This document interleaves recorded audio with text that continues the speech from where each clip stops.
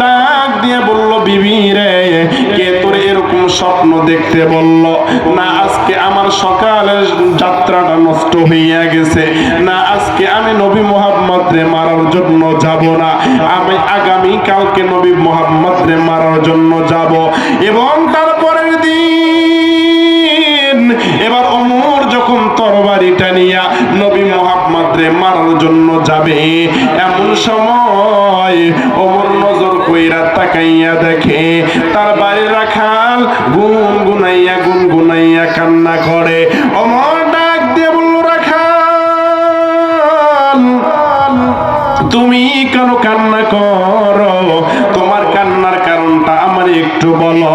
এবার রাখাল ডাক দিয়ে বলল, ওমর আপনি কি জানেন আজকে 2 দিন ধরে আপনার বাড়ির উটটা কোনো খাবারে মুখ দেয় না, কোনো পানির মধ্যে মুখ দেয় না, কোনো খাবার পানি খাইতে চায় না, শুধু চোখের গোড়া দিয়ে পানি পয়রা উটের চোখগুলো ভিজিয়া গেছে।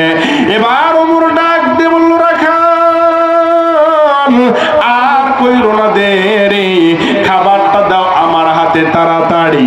এবার ওমর খাবারটা নিয়া উটের মুখের সামনে যখন খাবারটা ধরছে, উটের যখন খাবার দেয়, ডান পাশে গেলে উট বাম পাশে মুখটা ফিরায় নেয়, বাম পাশে গেলে উট ডান পাশের মধ্যে মুখটা ফিরায় নেয়। এবার ওমর ডাক দিয়ে বলল, ও রাখাল উটগুলো কেন খাবারে মুখ দেয় না? বলে, না আমি তো বলতে পারলাম না। এইদিকে উট আল্লাহরে ডেকে ডেকে বলে, আল্লাহ গো আমি কেন খাবারে মুখ দেই না? এই ওমরে তো আমি বলতে পারতেছি না। ও আল্লাহ আমার জবানটা আপনি খুলাইয়া দেন, আমি এই